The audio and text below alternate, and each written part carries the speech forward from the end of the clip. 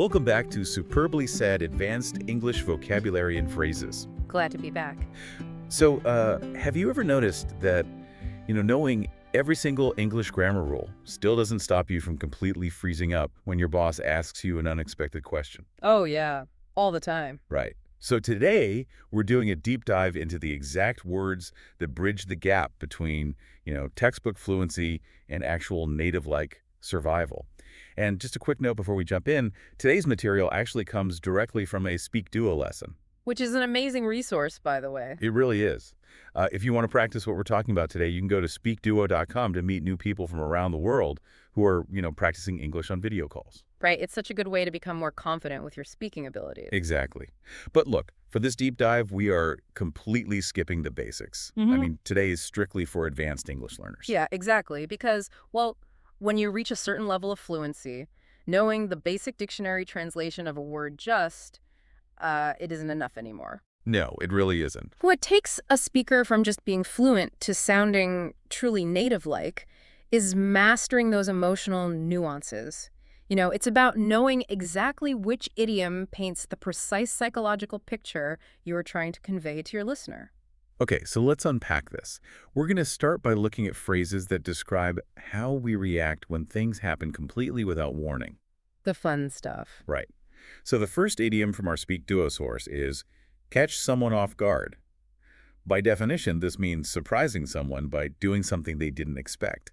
But I kind of want to push back on this a little bit. Okay, go for it. How is catching someone off guard any different from just saying something happened out of the blue or, came out of nowhere? I mean, aren't they basically the same thing? Well, they seem similar on the surface, sure. But what's really fascinating here is the shift in focus. Think about the actual mechanics of those phrases. Okay. When you say something happened out of the blue or came out of nowhere, you are describing the origin of the event itself. Like where it came from. Exactly. You are talking about the external environment. The event was sudden.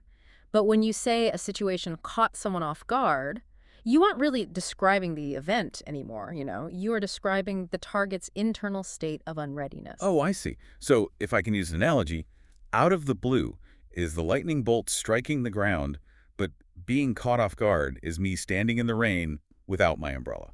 That is a brilliant way to put it. Yeah, you are emphasizing your own vulnerability in that moment, not just the weather. Yeah. For example, in a workplace context, imagine a young associate giving a routine presentation to the team. And suddenly, the senior partner asks a highly complex technical question. Oh, terrifying. Right. The question itself came out of the blue, but the young associate was completely caught off guard. They weren't mentally prepped for combat, so to speak. They were expecting a casual chat and got a pop quiz instead. Exactly. Or think about an IELTS speaking exam. If you get a Part 2 prompt asking you to describe a surprise, you wouldn't just give a factual report and say, my friend invited me on a trip. Right. That's too basic. Yeah. To show advanced fluency, you'd say, my friend caught me off guard by inviting me on a weekend trip without warning. It tells the examiner how you felt. Which demonstrates a much higher level of language mastery. That makes total sense. Now, what about when the rain is coming, but it hasn't started pouring yet? Ah, the anticipation. Yeah. Our next phrase is looming over you. The definition is a worrying or threatening event constantly occupying your thoughts. Right, and if we connect this to the bigger picture of emotional states, looming over you is distinctly different from simply being stressed. How so? Well, stress is a general, sometimes vague state of tension. Like, you can be stressed because you haven't slept well. But looming implies a very specific anticipation of an event. So it's tied to something specific. Yeah, the bad thing hasn't actually happened yet, but the dread is active. It's hanging right above your head, kind of casting a shadow on everything else you do. Like a dark cloud that just follows you around the house. Precisely. In our source notes, there's a great workplace example. It goes, with the final tax submission deadline looming over him like a dark cloud, he spent the entire weekend organizing his financial spreadsheets. Yeah, so even if he was trying to relax on a Saturday and watch a movie, he just couldn't enjoy it. The tax deadline is looming over him. It completely ruins the weekend. It colors your entire reality. And again, back to the IELTS exam context, if you need to describe a challenge you faced, using this phrase elevates your answer immensely. Like saying, a job interview was looming over me next week, so I practice my answers daily. Yes. It shows a sophisticated understanding of how to express emotional anticipation in English. It really paints a picture of that pressure. Moving from that anxiety, from what is looming over us to how we actually muster the energy to confront it. Let's look at the phrase, got up my nerve. One of my favorites. It means gathering enough courage to do something frightening. But I hear native speakers sometimes say they're just going to barrel through it. Are those interchangeable? Like, if I'm scared, can I use either one? No, not at all. And this raises an important question about the timeline of action. Okay, break that down for me. Getting up your nerve is the internal emotional preparation before the act. It's the deep breath you take, the pep talk you give yourself in the mirror. Right, okay. Barreling through it, on the other hand, is brute forcing your way during the act. When you barrel through something, you ignore the obstacles and just move forward rapidly, often without even thinking. Oh, I see. So if I'm hesitating for 3 weeks to ask my supervisor for a comprehensive performance review, I am definitely not barreling through it. Definitely. I am taking my time, dealing with my fear, until I finally got up my nerve to ask her. Exactly. You systematically gathered the courage. It highlights an internal victory. That makes sense. Another great application is for an IELTS prompt asking you to describe a time you were brave. You could say, I got up my nerve last month and joined a public speaking group. It tells a story of overcoming internal resistance before the external action even started. But here is the harsh reality. Sometimes, you get up your nerve, you make your request, and you get turned down flat. Ah, that hurts. Yeah, that's our next idiom. It means being rejected immediately and completely without any negotiation. The addition of the word flat here is crucial. A standard rejection might sound soft, like, no, we can't do that right now, but maybe next quarter we can revisit the budget. Right, there's hope. Yeah, but when you are turned down flat, it is a conversational brick wall. There is zero wiggle room. The conversation is over the second it starts. Brutal. Like the example from our sources, when she requested an extra week to complete the demanding engineering audit, the review board turned her down flat without negotiation. Just shut it right down. Or for an IELTS disappointment story, I was turned down flat when I asked to change teams. But here's where it gets really interesting for me, though. If someone turns you down flat, does that automatically mean you take exception to it? Because that's our next phrase. That is a very natural connection to make, but no, not necessarily. You might be deeply disappointed by being turned down flat, but taking exception to something is much more specific. How so? It means feeling strongly offended by or objecting to a comment or an action. The nuance here is the difference between simply disagreeing with someone and taking exception. Disagreeing is factual, right? Like, I disagree that the data in this spreadsheet is correct. Yes. Disagreeing is cognitive and factual. Taking exception is emotional and deeply personal. Let's look at the workplace. Say a colleague gives you feedback on a project. Okay. You might actually agree with the facts of the feedback. Maybe you did make a mistake. But if they delivered it in a really condescending, insulting way, you could say, although the feedback was intended as constructive criticism, he took exception to the tone of the remarks and asked for clarification. Ah, so you are drawing a boundary. Exactly. Or in a social setting, if someone makes an insensitive joke about where you're from, you don't just disagree with the joke. You say, I took exception to a joke about my background and talk to them afterward. It means they crossed a personal line. Yes.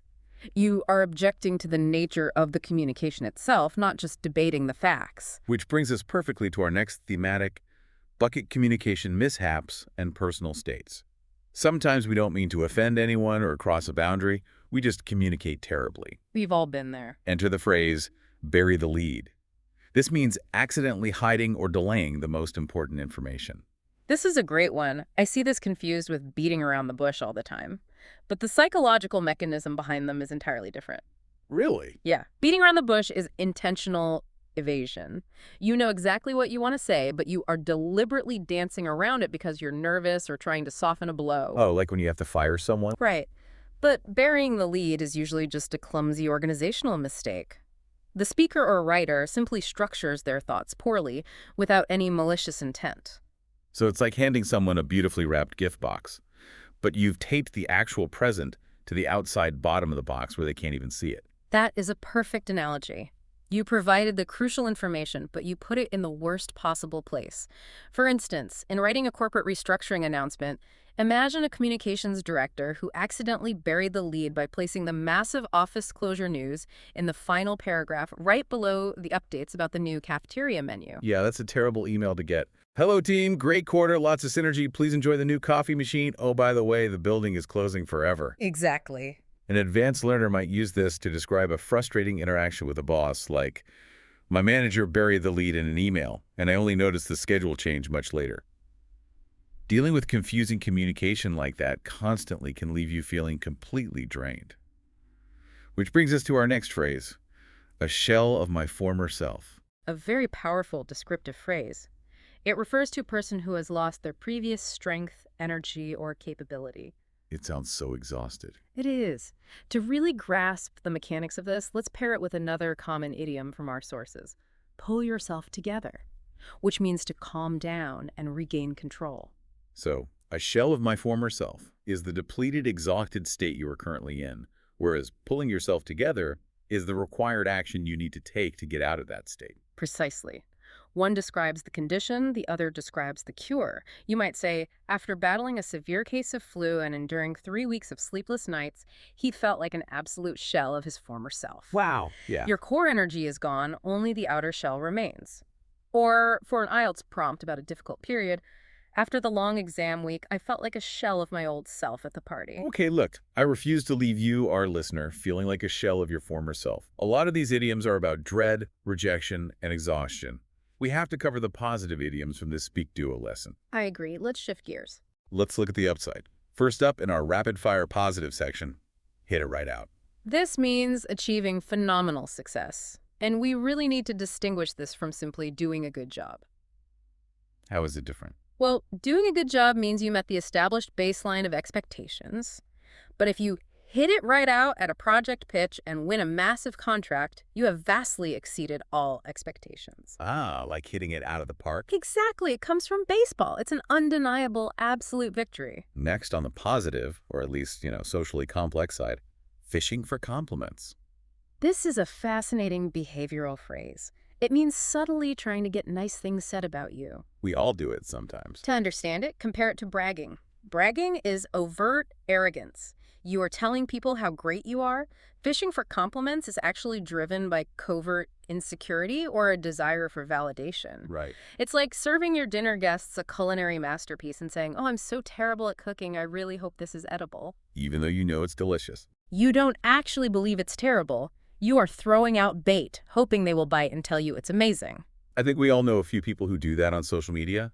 What about the phrase pay homage to? This means publicly showing great respect or reverence. It's much deeper than just thanking someone. Okay, so more formal. Yes, you thank a barista for your coffee, but you pay homage to a person or an idea that fundamentally shaped who you are, like paying homage to an older brother who always encouraged your studies, or a mentor who completely changed your career trajectory. It carries a sense of historical weight and profound gratitude. Exactly. And finally, a classic, the gift that keeps on giving. Something with continuous compounding benefits over time. It's not a one-and-done transaction. Right. A great example is education. A high-level English language course that helps you secure better jobs, travel comfortably, and build international friendships for decades isn't a one-time benefit. It is literally the gift that keeps on giving. Speaking of the gift that keeps on giving, it is time to put your advanced English skills to the test with our SpeakDuo idiom quiz. Oh, this is the most crucial part. This is where we lock in all those subtle psychological nuances we've just discussed, so you can actually use them in the real world. All right, here are the rules. I'm going to read a question with options A, B, and C. I will repeat the target phrase a few times so it really anchors in your mind. I'll read out the scenarios, and you should pause the audio to guess the right answer. And we'll give you the answer right away. Yep, the correct answer and a brief explanation will be revealed immediately after each question. Ready? Let's do it. Let's see who was paying attention to the nuances. Question 1. Which sentence uses the idiomatic phrase, take exception to, correctly, based on context? Remember, take exception to. Option A. The professional legal courtroom exception processing officer was instructed to take exception to during the audit. Option B. The deeply frustrated young retail clerk aggressively managed to completely drop a white line. Or option C. Although the feedback was intended as constructive criticism, he took exception to the tone of the remarks and asked for clarification.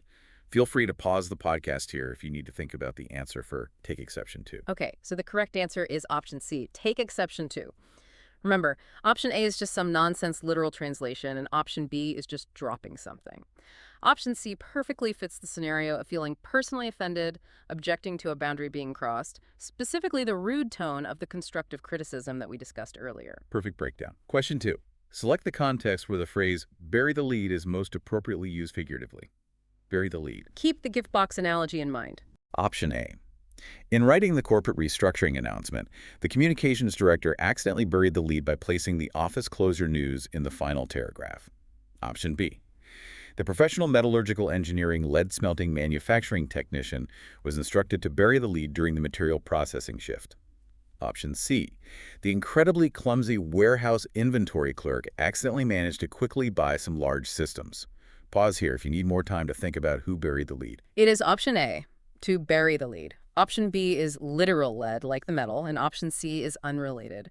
Option A is that clumsy organizational mistake where you provide the information, but you hide the most vital part at the very bottom of the email. Nailed it. Question 3. In which situation does someone accurately utilize the advanced phrase, got up my nerve contextually? Got up my nerve. The internal battle. Option A. The professional medical neurology clinical physician was instructed to check got up my nerve during the sensory examination. Option B.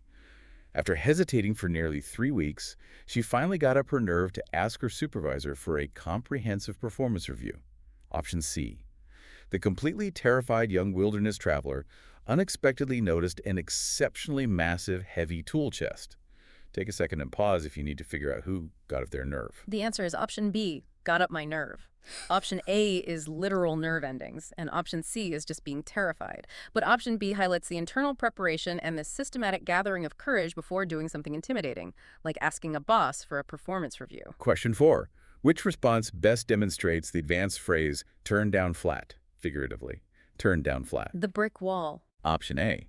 When she requested an extra week to complete the demanding engineering audit, the review board turned her down flat without negotiation.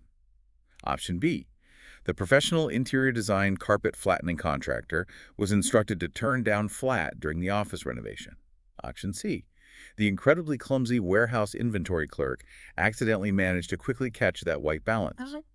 Pause here if you need to think about what turn down flat means. Option A is correct, turn down flat. Option B is about literal carpet flattening, which is wrong.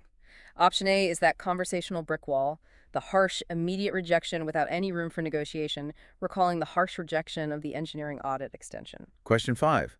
How would a professional accurately use the phrase looming over you contextually? Looming over you. The dark cloud. Option A. The professional textile manufacturing loom operating technician was instructed to stay looming over you during the weaving shift. Option B. The completely confused amateur theater group unexpectedly decided to proudly paint a clean frame.